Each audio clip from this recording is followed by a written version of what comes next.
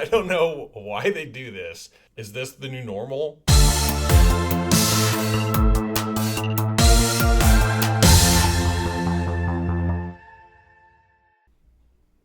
Welcome back to Dramatic Evaluation. In this video, I'm going to be talking about the Netflix show Last Samurai Standing. Please hook me up, like the video, subscribe to the channel, and please leave a comment. So this will be a spoiler-free video. I'm not going to talk in detail about the plot. I'm not going to go into specifics about any big plot points or things that happen. I'm just going to kind of generally talk about the show and whether or not I liked it. So relax, no spoilers. So let's get into it.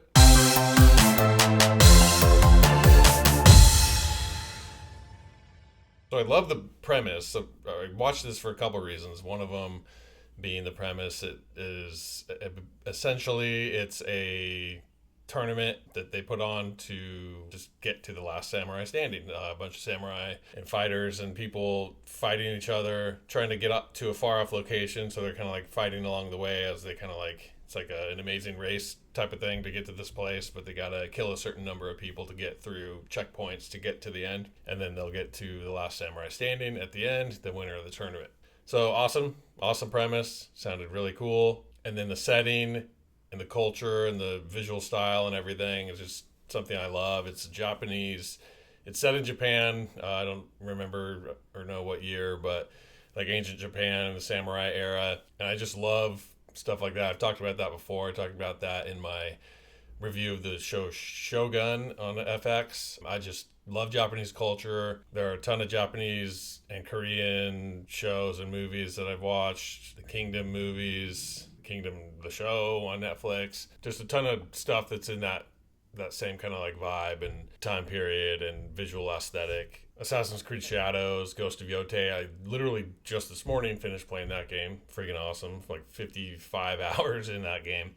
Super good. So yeah, I love the aesthetic. I love the weapons, the music, the style, everything about it. The actors are fine. They're, nothing standing out, but nothing bad either. I don't recognize any of the actors. A lot of times there's a lot of crossover in Japanese stuff, more so in the Korean like horror shows and movies and things that I watch. There's a lot of crossover where you see the same actors, but I didn't recognize anybody in this show. But the actors were fine, but it's also kind of hard to tell because of the dubbing that they do. And this is kind of like a thing in a lot of people, there's like two schools I feel like, where one school of thought is I don't like the English like voiceover. Just have it be in Japanese or Korean or whatever, and let me read the subtitles. That way you're getting the full performance of the actual actor. So I totally understand that.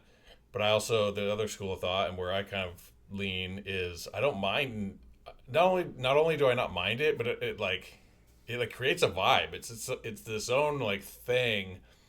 I totally understand people saying like the performances are bad in the voiceovers or it's just weird or out of place and it's just funky. I get it. There's like a thing about it. It's like, I don't even know how to describe. It's like, it's a thing, but I like that thing.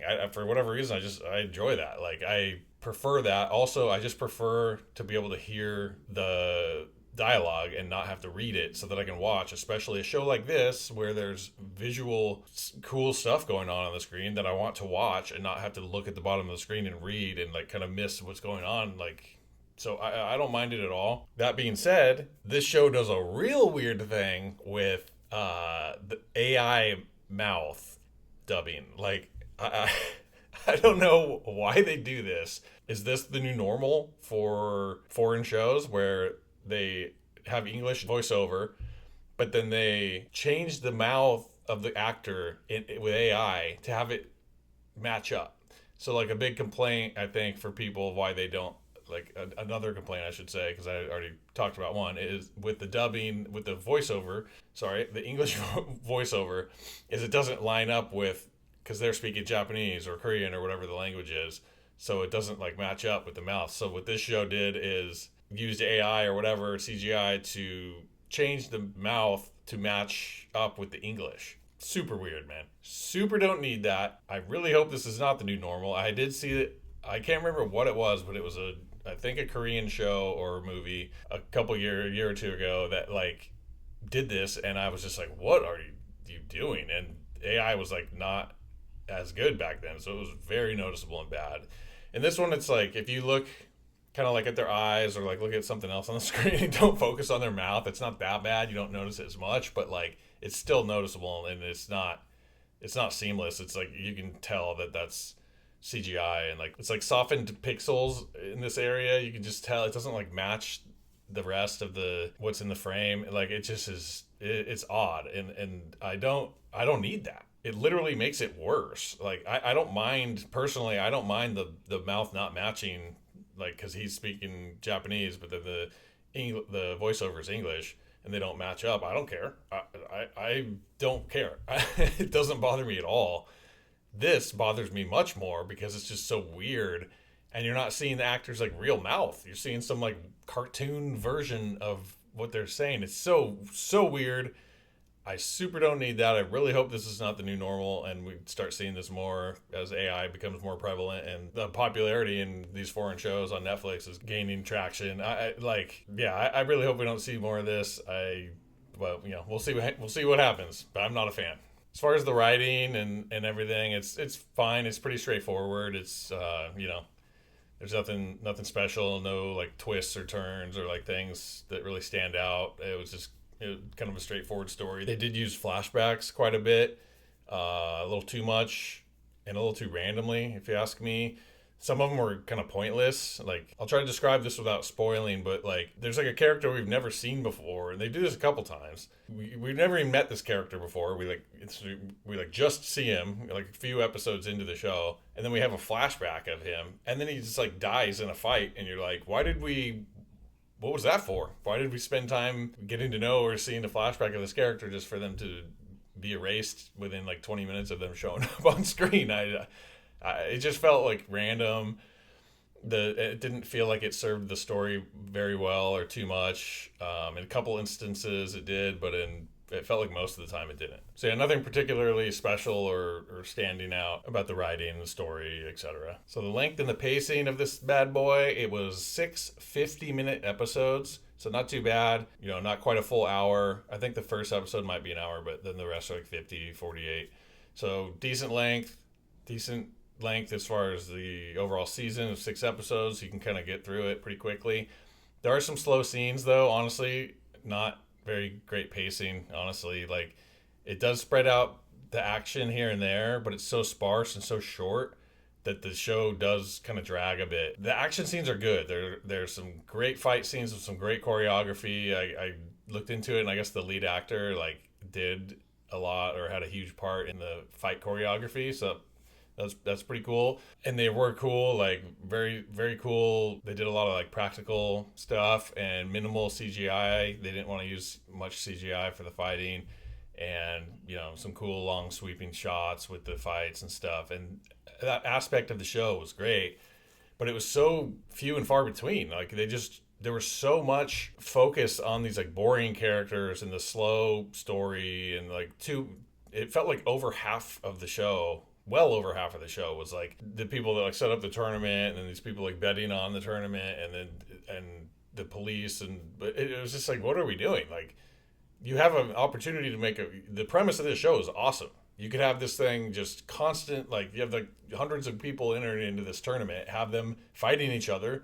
and killing each other, man. Like there was not enough of that. It was good when it happened, but it was too sparse. And I understand like you don't want it to be all that. You want it to like have a little bit of a lull to then like build up and like make that fight scene special. I get that concept, but I don't think they balanced it well enough. I think it was too light on the action, too heavy on the slow, boring, not enjoyable aspects of the show. So will there be a season 2 of this show? I am putting this little section in the video because there freaking better be. There better be a season 2, because of the way that this show ended. I couldn't believe how much it doesn't end. I'll just say that right now. And the season 2 is not confirmed yet. So it's still up in the air if this is going to get a season 2. They're saying they're waiting on the reception of it. I'm gonna be bothered if they don't do a season 2. So honestly, don't watch this if you're at all concerned about like things getting canceled and leaving on a cliffhanger and not having a resolution to the story, and you don't like that. Don't watch this because there isn't a resolution. Although that's the biggest spoiler in this video, I guess, is like it does not have a satisfying conclusion. It's very much in progress, the story, and if they don't have a season 2, that's going to be a real bummer. If they do have a season 2, they have an opportunity to have it be very good and much better than the first season. They've set up some pretty rad characters. They just didn't do enough with them in the first season, in my opinion. So in the second season, they could do a lot more with these characters that we now already know and are already cool. Bring in a couple more if you want to, because there's still people alive in the tournament. Spoiler, I guess. But I think you can infer that from what I said about there not being a resolution at the end of this. So yeah, hopefully they do season 2. I'm stoked for it, and I'll definitely watch that.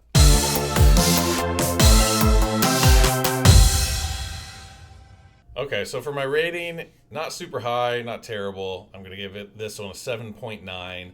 It wasn't bad. It was just slow, like I said. There's just not enough action. There wasn't enough cool stuff with the tournament. Like, the stuff that they did have in there was good. Would have been fun and better to see more of that and less of the kind of boring stuff that ultimately I don't care about. You could have what they do with all those slow scenes and the different boring characters. You could do that like maybe a third or a quarter of like the amount of what you did with it to get the point across of what you're doing with those scenes with them, and then fill the rest of this with action and fun, cool stuff. I just don't really understand that decision, but it is what it is. Season 2 better pick it up, and also better happen in general. So yeah, so that's it for my spoiler-free review of the Netflix show Last Samurai Standing. Pretty good, enjoyed it. Wasn't the greatest of all time, but worth a watch if you like that kind of visual style and aesthetic and Japanese culture and that samurai dueling and fighting vibes. So thanks for watching. Please like the video, please subscribe to the channel, and please leave a comment. Stay tuned. Until next time,